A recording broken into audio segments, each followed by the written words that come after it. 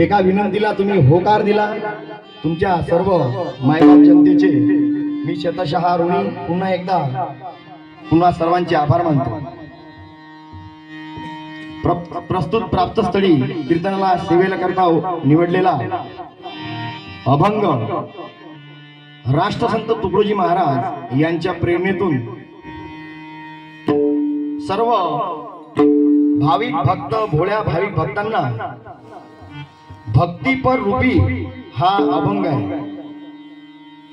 नरदेहाची सुंदर वेळा साधून घे जवलाई मनुजा सुख कर हरी गुण गाई।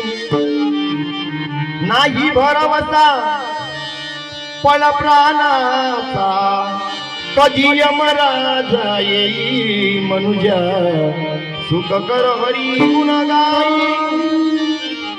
कितीतरी महाराज काय म्हणतात, कितीतरी गेले नेह सोडून सातन कवडी नेई मनुजा। नेते का कोणी सातन कवडी नेई मनुजा सुख कर हरी गुण गाई। शेवटच्या चरणामध्ये तुकडोजी महाराज सर्व मायबाप जनतेला भोळ्या भाविक जनतेला संबोधतात। तुकड्या दास म्हणे हरी स्मरणे तरसील भव भई डोई मनुजा सुख कर हरी गुण गाई मनुजा सुख कर हरी गुण गाई। आपण मायबाप आपण साधी भोळी भाविक जनता कुठल्याही भक्तीच्या मागे लागलो, त्या भक्तीची आपण शहानिशा काहीच करत नाही। ती भक्ती आपली भक्ती हे ढोंगी आहे। आपल्या समोरील व्यक्ती, आपल्या समोरील कुणी अवली महाराज कुणी काही हा ढोंगी आहे, काय आहे काही नाही, हे आपण याची शहानिशा न करता आपण आपली भक्ती त्यावर अर्पण करतो। असंच या एकदा यवतमाळ येथे अवलिया साधूचं संमेलन भरलं होतं। आम्ही त्या संमेलनामध्ये तिथे आम्हाला बोलवण्यात आलं कीर्तनाकरिता। भरपूर अवलिया साधू म्हणजे ज्याले आपल्या गावात, तुमच्या गावात असेल, बाकीच्या गावात आहे, ज्या गावात कुणी मेळ असला त्याच्या नावावर पैसे गावासाठी त्याला भगवे कपडे लावून देणे आणि त्याला एक टिक्का लावून देणे आणि त्याच्या नावावर पैसे खाणे, अशा ह्या पद्धतीची ढोंगी भक्ती, असे हे सर्व अवलिया संत सगळे अवलिया संमेलन तिथे भरलं होतं। या अवलिया संमेलन मध्ये कीर्तन चालू होतं। कीर्तन चालू अपाट लोक, अपाट जनसागर, बिलकुल कीर्तन चालू असताना एका महाराजला लागली,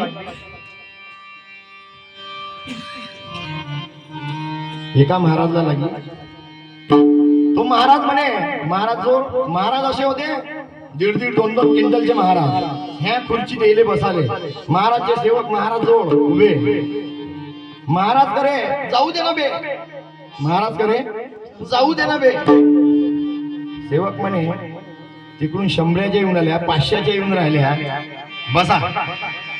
महाराज म्हणे जाऊ दे ना। महाराज ना तिथंच गेम बसवला। आता महाराजला गेम बसवला, आता त्याचा बॉडीगार्ड होता महाराजचा बॉडीगार्ड होता याच्यासारखा, महाराजचा बॉडीगार्ड याच्यासारखा असंही होता, याच्यासारखा दिमागातही होता। आता कुठलाही काही मोठा कार्यक्रम म्हटला म्हणजे जेवणाची सोय असते, पेंडॉलच्या मागं बाया स्वयंपाक करून आल्या होत्या, स्वयंपाक करून आल्या होत्या। त्या सेवकानं तिथून राखड आणून त्याच्यावर टाकली। मग झालं तो गेम पूर्ण बसला। मग झालं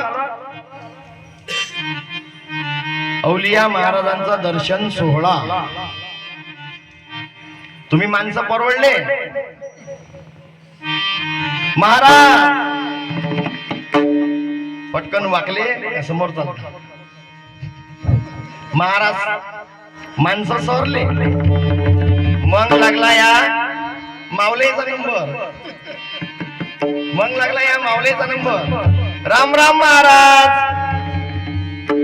एक एक बाई येत काय जय. एक बाई येत जाय.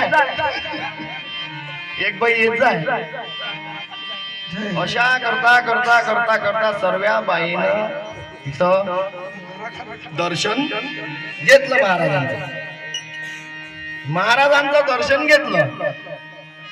दर्शन घेतला घेतला घेतला वरचं ज्याच्या नशिबात लागलं, वरचं ज्याच्या नशिबात लागलं तो राहिला सुखी. मग लागला महाराजचा खरा माल. एक बुडी काय म्हणते, अमाय बरा खूपट वाशून आलाय. अहो तू खाऊन तरी काय राहिली.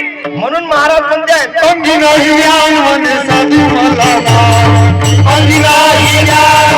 साधू मला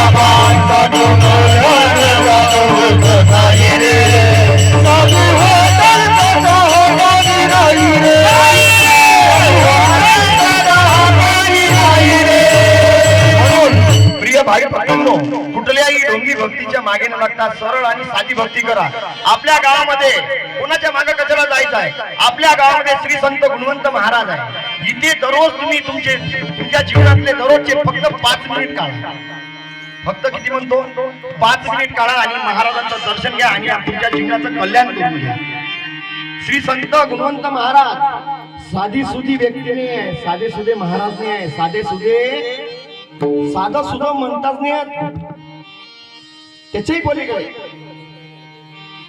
संत गुणवंत महाराजांचा हा जो चमत्कार आहे त्याच्याच मुळे ही सर्व चालू आहे. आणि तुम्हाला भरपूर असं महाराजांबद्दल माहित आहे, महाराजांबद्दल चमत्कारांबद्दल महाराजांच्या तुम्हाला सर्वांना माहित आहे. म्हणून प्रिय भोळ्या भाई भक्तांनो, कुठल्याही असल्या ढोंग्या भक्तीच्या मागे न लागता आपली सात्विक भक्ती, आपल्या हृदयातून सात्विक भक्ती गुरु महाराजांच्या चरणी तुम्ही अर्पण करा. असं भक्तीचे 9 प्रकार आहेत. भक्तीचे 9 प्रकार आहेत. त्यापैकी आपल्या मनुष्याच्या शरीरामध्ये 4 प्रकारची भक्ती होती. एक आर्त भक्ती, एक यथार्थ भक्ती, एक जिज्ञासू भक्ती, एक ज्ञानी भक्ती. आता तुम्ही म्हणाल आर्त भक्ती, यथार्थ भक्ती, जिज्ञासू भक्ती आणि ज्ञानी भक्ती. तर एकदा काय झालं, पट्टणचा बाजार होता. पट्टणच्या बाजाराले ते भाऊ गेले. त्या भाऊला होते 4 मुलं. मग तिथं राजगुऱ्याचे लाडू होते. त्यानं राजगुऱ्याचे 4 लाडू घेतले. भाऊ किती रुपयाचा लाडू? 10 रुपयाचा आहे. ठीक आहे, 4 लाडू द्या. 4 लाडू घेतले आणि तो घराकडे यायला निघाला. त्याचा पहिला मुलगा त्याला मधात रस्त्यातच भेटला. तो घरातही सुद्धा यायचा होता, त्याचा मुलगा त्याला रस्त्यात मिळाला. बाबा लाडू पाहिजे. लाडू दिसला ना त्याला, पण बाबा लाडू पाहिजे. बाबा लाडू पाहिजे. अबे मोठ्या घरात तर चाल. नाही मला इथंच पाहिजे. अबे घरात तर चाल. नाही इथंच पाहिजे. नाही तर मी अंग घासतो. नाही तर मी हे असं करतो. इथंच पाहिजे. बरं घे. द्यायला लागेल. मग बाप घरात आला.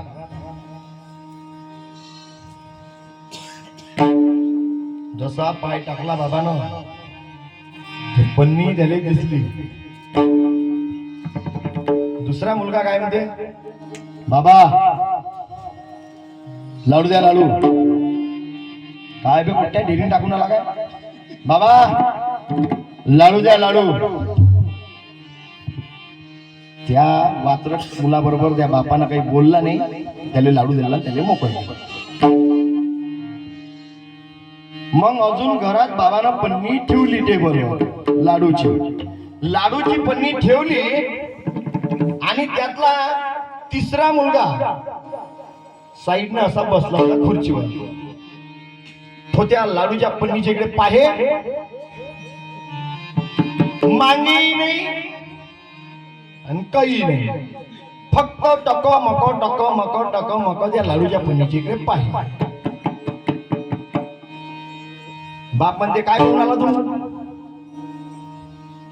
बोलही नाही काही. बापाने एक लाडू घेतला, त्याला दिले.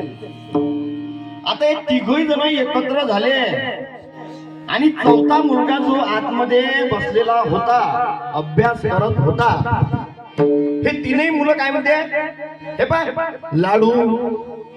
दुसरा म्हणते हे पाय लाडू आम्हाला दिला, तुम्ही माग. हे पाय लाडू. तो तिसरा मुलगा म्हणजे ज्ञानाने भरपूर ज्ञानी माणूस होता. तो तिसरा मुलगा म्हणते हे बघा, बाप आपल्या चौघांचा, आपण मुलं आपण जे मुलं आहे म्हणते, आपण 4 मुलं, आपल्याला बाप एक. तुमच्या तिघासाठी लाडू आणला आणि माझ्यासाठी सुद्धा लाडू आणला असन, तो माझाच लाडू आहे. तो आजही पनीर आहे तर माझाच आहे, उद्याही पनीर आहे तर माझाच आहे, आणि 8 दिवसानं जरी पनीर पाहिला तरी तो माझा आहे. म्हणून भक्ती हे नेहमी, भक्तीचा उच्चांक नेहमी ज्ञानाने, आणि आपल्या भक्तीला उच्चांक म्हणजे बिलकुल ज्ञानी भक्ती आपण अशी केली पाहिजे. म्हणून महाराज म्हणतात आपण ज्ञानी भक्ती वापरली पाहिजे. भक्तीचे जे मी तुम्हाला 4 प्रकार सांगितले, त्यापैकी एक अर्थ भक्ती, यथार्थ भक्ती, जिज्ञासू भक्ती आणि ज्ञानी भक्ती. हो